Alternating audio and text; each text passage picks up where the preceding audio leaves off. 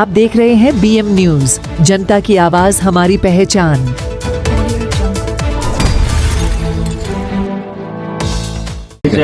अंमली पदार्थ विरोधी पथकाने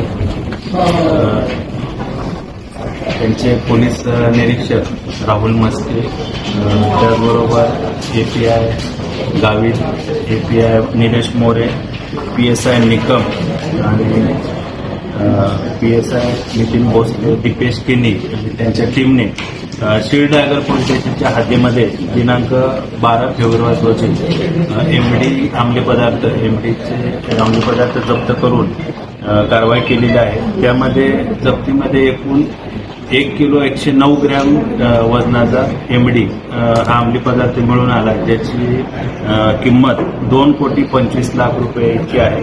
त्या गुन्ह्यामध्ये एकूण आतापर्यंत 3 आरोपींना अटक केलेली आहे।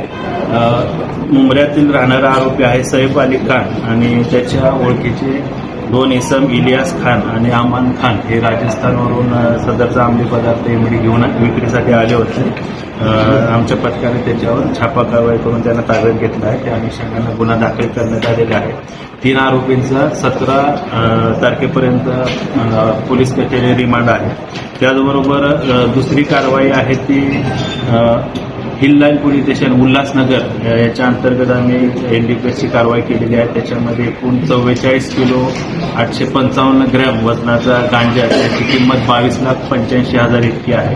त्यामध्ये मंगल पवार आणि अमर पवार हे 2 आरोपी अटक आहेत। त्यांचं देखील पोलीस कचेरी रिमांड हा 17 तारखेपर्यंत आहे।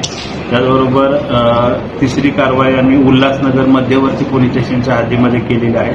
त्या कारवाईमध्ये एकूण 58 ग्रॅम मेफेड्रोन MD हा अंमली पदार्थ म्हणून आहे, ज्याची किंमत 11,72,000 रुपये इतकी आहे। त्यामध्ये देखील आरिफ खान आणि सफीउर खान असे 2 आरोपी अटक केलेले आहेत। ते सध्या न्यायालयीन कोठडीमध्ये आहेत। माननीय पोलीस आयुक्त साहेब यांनी दिलेल्या आदेशान्वये ठाणे पोलीस आयुक्तालयाच्या हद्दीमध्ये अंमली पदार्थाच्या अनुषंगाने आम्ही अत्यंत कठोर कारवाई करत आहे। त्याच्यामध्ये गांजा असेल, कोकेन असेल, अंमली पदार्थ MD आहे, त्याचबरोबर इतर जे काही त्या अनुषंगाने जे इतर अंमली पदार्थ किंवा नशा करण्यासाठी वापरले जाणारे पदार्थ आहेत त्याच्यावर आम्ही कडक कारवाई करत आहोत। सर, उल्हासनगरमध्ये मोठी गुन्ह्याच्या तपासामध्ये सदरचा जो MD हा अंमली पदार्थ आहे हा कुठून आला, त्याचा सोर्स काय आहे, तो विक्रीसाठी पुढे कुणाला देणार होता किंवा ते लोकल मार्केटमध्ये त्याचं वितरण कसं होणार होतं, या अनुषंगाने देखील आम्ही अधिक तपास करतो।